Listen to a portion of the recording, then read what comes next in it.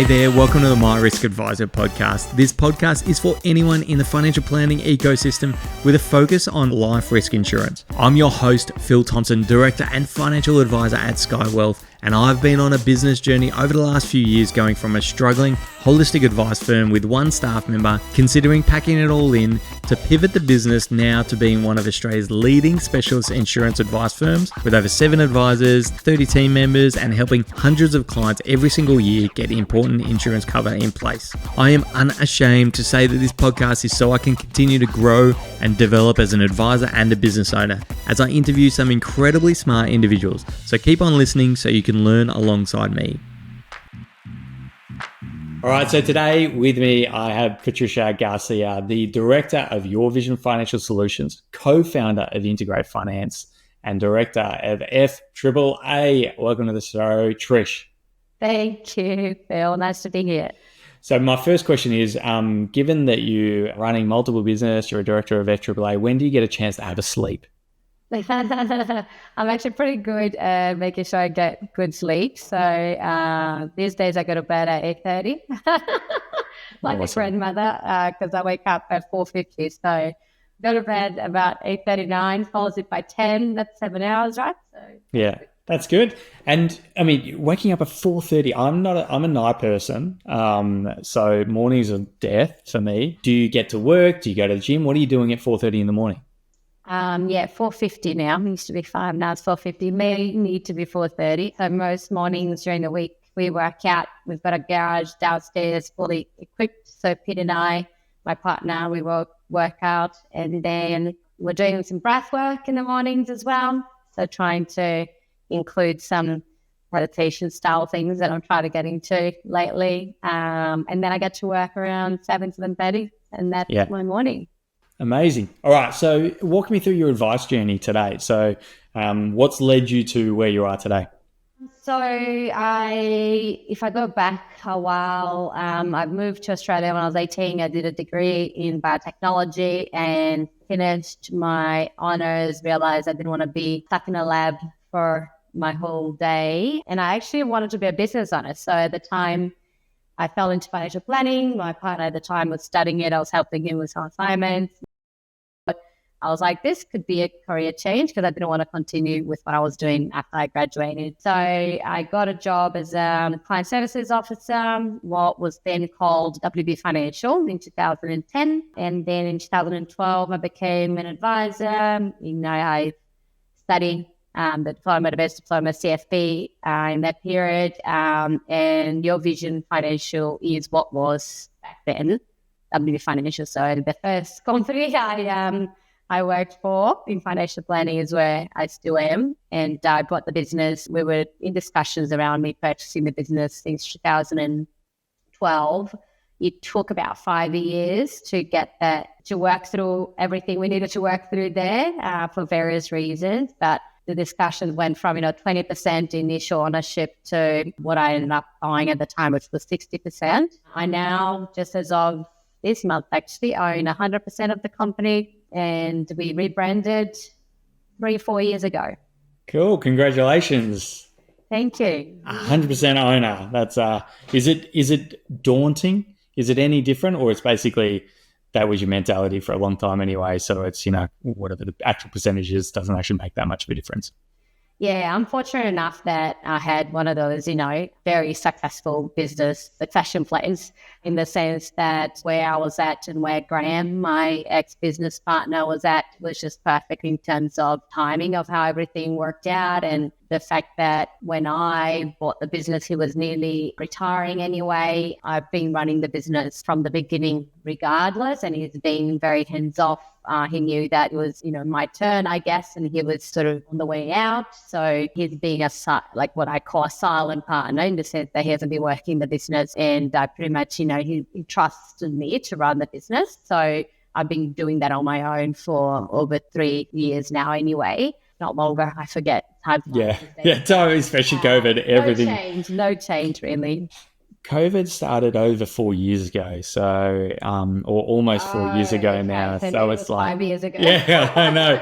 Every time I give a frame of reference, I then think, wait, COVID was 4 years ago now. So Time Crazy, right? time flies. Awesome. So that's an awesome kind of transition, a succession, because lots of people go through a succession plan and start to think about it, especially from the position where Graham was, where owning the business and wanting to bring in partners. And, there's many chapters written about successful ones, but many more about what didn't work. So reflecting on your time, what were some of the things that, you would suggest to other people, whether in your position or in Graham's position, that you looking back think that was definitely what made this a successful arrangement? Yeah, I'd love to hear kind of your opinion on that. Yeah, so I think what worked really well for us was the time that we were in our lives, like the stage that we were both at, that was very complementary, combined with the fact that I was able to work in the business a number of years before I was comfortable buying it. And by the time I was comfortable buying it, I was really comfortable buying it. And he was also getting closer to wanting to retire. So whereas I think a lot of the issues that people might have is they maybe haven't had as much time in the business to really be comfortable with the book that they're buying and the business that they're buying, or as much time dealing with the potential partner to see what their dynamics going to look like. But yeah, so for Graham and I, we had a lot of time to plan it. Both of us should be comfortable with all the terms and conditions. Then, we talked for many meetings around all of this. So we ended up every time coming up with a different sort of, not terms and conditions, but things that we should be thinking about ahead of time to go, okay, if this happened, what will we do here? If this happened, what would we do there? And that just gives you more confidence to go into business with somebody, I think. And then just to protect ourselves, you just put that in the agreement at the end and make sure that all the important things that you're worried about, that if things go wrong and people change, that you can address it. What would we look like if I needed to exit? How would we value it? Things like put in call options to give a certainty around when we can buy more or when he can sell and who he can sell it to, how you're going to value it. Yes, I think just really thinking about the what ifs and then talking about it before it happens. Yeah, and I guess, sometimes the difficulty in those scenarios is the goalpost can kind of change over time just because of, not because of any malintent or anyone's changing their minds, but just the world changes. We talk about, you joined the business, you started talking in 2012. Anyone who's been around since that time knows that, FOFA came in, LAF came, there's so many things that have come and changed our whole industry. So the goalposts are changing and would have changed over that period of time. How did you guys manage that, changing of goalposts? That's a good question. So there's certain things you just can't predict and you can't really plan for. So in my case, when I bought the business was just before all the issues with Royal Commission happened, and I was licensed at the time by Financial Wisdom, which was owned by the Commonwealth Bank. So even though we were, an independent business, we weren't employed by the Commonwealth Bank or they didn't have any ownership in our business, we still saw the impact of everything that happened internally in the bank flow through to our business, which made doing business really, really difficult because compliance just went through the roofs and we had way more requirements than we had before and mandatory pre-vetting and all kinds of crazy stuff that impacted on the business that we were able to do at that time. So there was reduction in business. And then since then we had, always service agreements, FDSs. So the business I bought is actually very different to the business I have today. So I turned off a lot of clients and the clients that I paid for, right? In hindsight, that wouldn't have been the right thing in terms of the price that I paid for that. But I think it all washes through in the end, and the business is now a much better business than it was before. So even though we haven't necessarily grown that much in that period, we have a much stronger, P&L and a much stickier clients. They're all very highly engaged, significantly lower number of clients. But, that's not something that I could have predicted, or it wasn't Graham's fault either. So you win some, you lose some. Yeah, that's it. Swings and roundabouts. Yes. Yeah. One question I always have, and, it's good I love talking to people about their experiences and what goes on in their world. But one question I always have is the difficulty around, as one's buying and another's selling, but they're both building the business together, is like, what is the conversation or the mechanisms contractually around the growth of the business? Because as you're buying, you're kind of disincentivized to grow the business as early as possible, which, and so there is kind of a misalignment naturally. How did you manage that? Was there any mechanisms around that? Yeah, really good question. So I think this is the stuff you have to talk to your business partner about, and I agreed to beforehand. But there's things that you can do, like in our case, for example, if I was growing the business really quickly, it doesn't make sense. It's not fair that I then pay a much higher amount to buy the rest of the business in the end. So there's a discount formula that you can apply. And then again, what that looks like is just going to be a matter of what you and your business partner agree on. Because we talked to a lot of people as well around trying to think about some of these things that we needed to include in our agreement, and got different ideas from different people. So everybody's different, but the way I would think about it is, what is a normal growth? And that's just what the business should be doing. And then maybe anything exceeding that the other person selling thinks, if you do that, that's great. Like, that's above what I expect. Then you get a discount on that. That's how I would probably position it. And that's just between those two parties. But if it's anyone externally, then obviously they would pay market value at that point in time. So I think that's one of the ways you can reduce that worry, in terms of, you don't want to be not wanting the business to grow just because you're going to pay more for it either. Yeah. Yeah, that makes sense. Just to kind of wrap it in a way that I can understand, because I'm not that smart. So you basically come up with a mechanism going, look, whatever number you want, 10% growth year on year is kind of what we expect the business to be doing based on previous history. And then anything over and above that, you're buying at a 50% discount, or, you're paying 75% on the dollar, as a way of both incentivizing that growth. And that makes sense. And another one that I think, I'm not sure if many people would think about, but it was important for us, and it's important for the sellers, more from Graham's perspective, is especially if you're going to be disengaging from the business, or you don't have majority shareholding, which was our case here, is you also don't want people to be, increasing salaries significantly and racking up expenses just because they don't want to pay out as much in terms of dividends. So you can you come up with rules around approvals of salaries, you come up with rules around minimum profit levels. So potentially don't, as a seller, you might not want the business should be spending all its profit on, things to grow potentially. So you don't have to get that balance right, because the seller wants to get their dividends. Yes. Especially if they're being more of a silent person for a while, or reducing their shareholding over time. No, that makes a lot of sense. And in terms of how many years was that whole transition from you starting owning something to you now owning 100%? So just the end of 2016 is when I purchased 60%, and then so about 7 years. Nearly 7 years. Yeah. Wow. So having your time again, and obviously there's two parties, so you can't just pull whatever strings you want. But having your time again, do you feel like that 7 year time frame was a good time frame in terms of that transition? Would you have gone, hey, give me 2 years transition? That would have been better. No, I was able to buy it all if I wanted to. So right. I didn't buy the rest. So we had put and call options where if I wanted to, I could just go, I want to buy now. It happened that way because I wanted it to happen that way. Part of the reason I did it that way was, one, while Graham was still employed by the business, I wanted him to have some shareholding. Then also when he retired, this was his whole life. I felt like I really wanted him to get some benefit out of it. Like there's, wings. So in terms of what he's done for me and vice versa me do for him. So I thought it was important for him to have some time holding those shares, getting the benefit of it as part of the whole deal that we had. And then also other personal reasons around me buying my other home and the amount of debt I was comfortable with and other things. It was just what I wanted to do in the end. Yeah, amazing.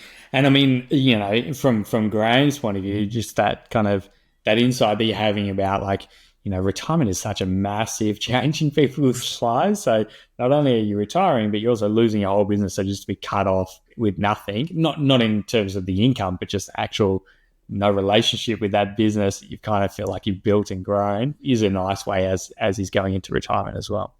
Yeah, I still brought him to all the Christmas parties, and he was still part of the business. He was still on our website. They still talk about him with clients a lot, do things, as a team. So I think it was really important for him to still be engaged like that. But then since he, stopped working in the business, and I thought it was the right time to buy the rest out. It was the right time for him as well. Yeah, amazing. And so now pivoting, away from the succession planning, or not, the succession of the business, integrate finance. Tell me why you've gone and co-founded a finance business. A lot of what we do with our younger clients includes structuring of debt that needs to be done in a specific way, and there's ongoing management. So we just found that every time we were trying to deal with their banker or the broker that they had, things would go wrong, and it wasn't the level of service that we wanted. The integrate finance business is started with the view of we're financial planners, and we know the types of information that planners need before the review meetings, or we know how they want to structure deals. We know the wrong things that can happen when clients do things on their own without coming to their advisor beforehand, so we can flag that with the advisor if it's referred by an advisor. So we wanted to have an offering that was more robust, where the brokers actually understand the more complex deals. It isn't just, first home buyers kind of deals. So the offering is tailored for planners and accountants and solicitors, so for professionals in terms of who we get our referrals from. And then for financial planners, so from our perspective, is review time. We get all the information we need directly from the broker in the right way. And there's an ongoing management in terms of making sure that the rates are right, going back to the bank and going, can you review the rates, or should we refinance? Is the structuring correct? So I just wanted a solution to what we had in the past. And I was, fortunate enough that I know two other advisors that one of the same thing, but one of them specifically already has a broken business. So the back office has been around for many, many years. So it isn't a brand new business. It's just a brand new service offering that is specifically targeted at planners and accountants. Yeah, amazing. And so what does the future hold for you and your business? Taking over the world, staying. So I think we're finally in a good position now, where we've gone through all the changes that we've gone through, set up the business to grow. We've got really good processes. So we've hired a new associate, and I'm doing a marketing plan this year, and looking to essentially focus on empowering women and really helping women be financially independent. So really excited about that shift in our messaging to just attract the right people for this next growth phase of our business. So just excited about the marketing, excited about having capacity to bring on new clients, and then being able to, scale that over time. Yeah, cool. And, currently, where are you getting your clients from? We've traditionally got clients from clients, client referrals, and a few clients from some networking that I do, but it hasn't been a consistent source of leads. So last year I engaged a marketing consultant and got some advice around changing our website and our ideal clients. We started fine-tuning that. And then this year we're, ready to go with a new marketing strategy. So investing in the marketing this year, and hopefully this time next year, I'll tell you that we've got a lot of leads coming from marketing. Cool. And I'll double click into that idea about the marketing and the branding. So you brought in a branding person. I'm on your website, and there's a big photo of you at the front. And so it is about Patricia. Was that intentional? Hey, you're the owner of the business. You will be the attractor of the new clients. If that was intentional, help me understand the idea around that. Yes, that was intentional for where we were at last year, because I am the business and I'm the only advisor in the business. But this year, that's something we're reviewing. So we want to essentially, I'm going through that process currently. So I don't want to 100% guess what the outcome is going to be, but I've got a good idea. I believe that the business is still the business, and the business needs to stand on its own. And part of our business plan to grow is so that the business isn't dependent on me. So I want to have a business that is not dependent on me in So that's the ultimate goal. It means is I have to have my personal brand, and then the business has to have its own brand. So what we'll probably do is a lot of the marketing this year is that as a personal brand as Patricia, because I'm still the main person taking all the clients and etc. But the business still has its own character and values. And then as other advisors join our business, they bring on new clients. But the message will resonate and won't be conflicting, obviously. So that's still something that I'm getting advice on, and I envisage that the website won't be just about me going forward. I don't know. I find it a really interesting idea because, in my business, I think about this a lot. Like, I'm being a guest on different podcasts, and so people know me and know of Sky because they know me. But we also want Sky to be a standalone business and generate leads and referral partners because, the work we do and the business. But, I do feel like it's still heavily reliant on me being that brand ambassador, if you will. And I don't necessarily think it's a bad thing. It's always this kind of interesting thing. You don't want it to be reliant on me because I may die tomorrow and I want the business to kind of succeed, and live beyond me. But knowing that, well, this is kind of the easiest, quickest way to grow in the short to medium term. So we keep leaning into it as a business. So it is an interesting thing. And that's why I asked, because I think the business should be, heavily reliant on you still. If I was to be your brand consultant, I would say just keep leaning into it because people know who you are. They don't know your vision as a brand in and of itself until you really hit some significant scale. But yeah, it is an interesting question because lots of people, it doesn't matter what scale your business is, or people are always wrestling with it, should it be about me or should it be about their business? And it's interesting you make that comment because I actually had a personal branding workshop last week, and I talked about this and battling with, I don't want the business to be reliant on me, but should it just be about me? I think the balance is exactly what you said. Where I'm at is that there will still be many years ahead of us, even if we grow really quickly, where I'll still be the face of the business in the sense of I'm the one networking, I'm the one going out there and doing things. But at the moment, my personal brand is potentially what attracts clients or doesn't, right? So relating and wanting to be, whether you think you can get along with that advisor. I think that personal brand is important. I think the outcome is that from a marketing perspective, if you're paying for marketing, you get best bang for your buck if there's a personal brand behind it, because people buy people they don't buy, like brands. And our brand is not, it's not McDonald's, it's not a big brand. So I think from a marketing perspective, focusing on that is important. But then essentially enabling the business to also have its own character so that other people from the business can also shine in the future. I think it's getting that balance right. Yeah, and I think as the owner of the business, like the business, it's always going to have you and your personality and the way you work will kind of exude in the business. Like, our business at Sky, like we are always going to be much more relaxed, and one of our core values is keep it fun and keep it real. So speak candidly and don't take ourselves too serious. That's because that's kind of me and my personality. I'm a guy who jumps on a podcast without ironing his shirt. So I'm not going to be, suit and tie, and any candidate who we're recruiting at the moment comes with a suit and tie. We kind of give them a hard time. So it's always going to have my personality like kind of embedded in the business. And so I just think about it. We try not to shy away from it. We want to make sure we're being true to the core values.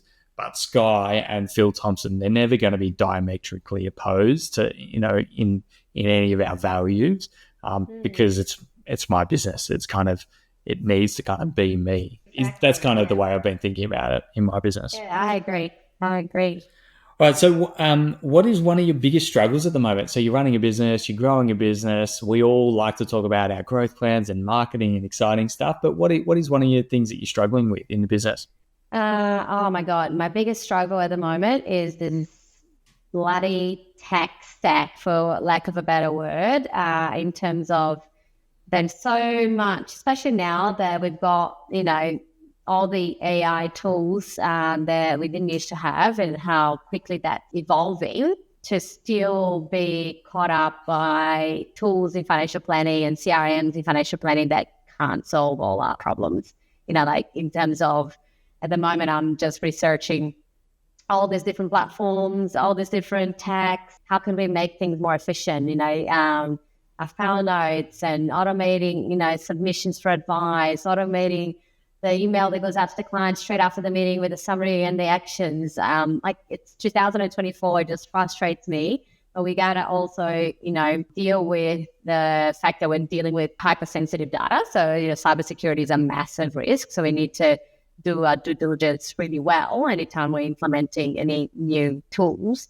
But yeah, it's just ridiculous to think that it's 2024 and there's no CRMs out there that really do everything, or if they do, some things work well, some things don't work so well, or they're very costly, and it just, that whole tag thing for me is just frustrating that we haven't got as far as I thought we should have by now. And then obviously the whole SOA, and hopefully that will change with the QAR review, but yeah, the whole thing for me is just very frustrating to know that we could be doing things a lot more efficiently and helping a lot more people and more affordably as well.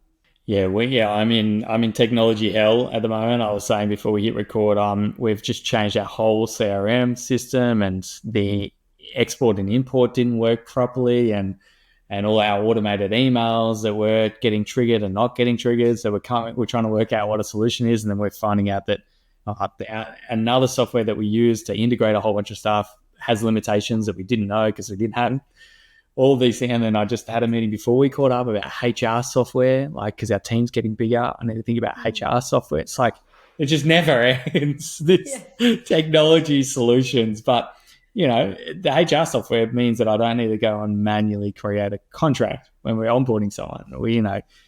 Ideally it's meant to save us time, but a lot of the time it feels like it doesn't. But yes, technology is, it never ends, unfortunately. Yes, but if they're at least leading to efficiencies, right, and additional productivity, we don't care as much. I think it's just when they don't talk to each other as much, or we need so many things because one thing can't do everything we need, and doubling up of information. It's just frustrating. I just can't wait until it's significantly better than what it is today. Yeah, I mean, it's interesting because I look at technology a lot. Like we've got a lot of technology and we use a lot of automation in our business, but there's still some things that we just make sure we go that is a net benefit to the business. Then we get a human to do it. If a computer can do it, saves us time and is a net benefit, then we get a computer to do it. But we still use Word docs for our SOA production. Because it's actually the most efficient way of doing it. Now, we're going to do all our research on Omnium and, all of this hoo-ha, and we're going to come up with 75 different ways to get some data into that Excel, into the Word doc.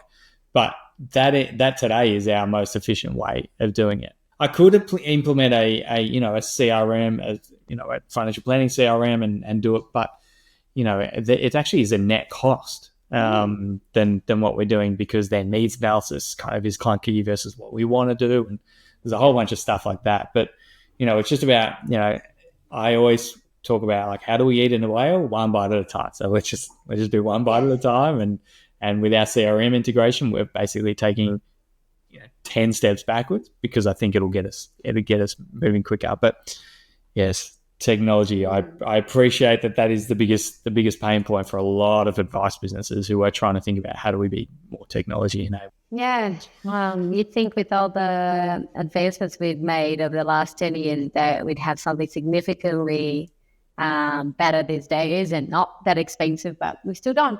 So I feel your pain. So I got two final questions for you. When do you get a chance to do your emails?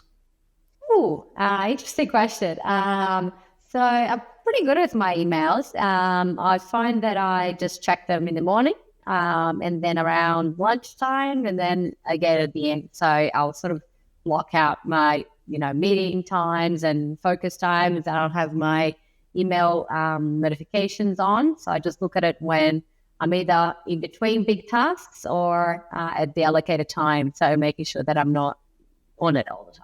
But I'm pretty good at keeping on top of it. That's good. And what's one interesting hobby that you have? Oh, interesting hobby that I have. Drinking beer. I'm joking. Yeah, I've been with you multiple times drinking beer, and I can attest that is a hobby. I used to brew my own, and we bought a kegerator recently, so keen to get into that again. Keen to start learning how to play golf, just to get out and be outdoors more and not feel as unproductive when I'm distressing. So to try and force myself to do that on a Friday rather than, continue to work long hours. I used to do show jumping. Yeah, cool. When I was younger, and I was thinking of getting back into it as just more of like a once a year thing, not a hobby as such. So I don't have too many hobbies. I have a busy social life, but not too many hobbies. But trying to get back into doing golf, learning golf, and getting into that. Golf, yeah. Golf's one of those things that I've been told people can get very addicted to.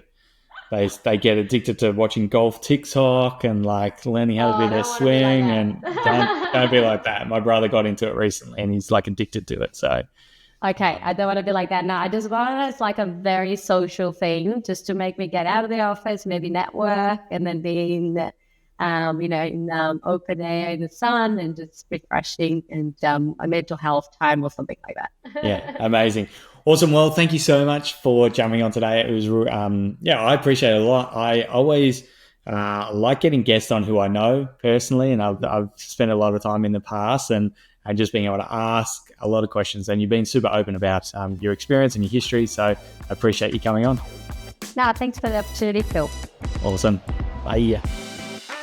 If you've enjoyed this episode and you think someone else will get value out of it, I'd love it if you could forward it on to them. And as always, we can continue the conversation in the My Risk Advisor Facebook group. All you need to do, open up Facebook and search My Risk Advisor, and I'll see you in there.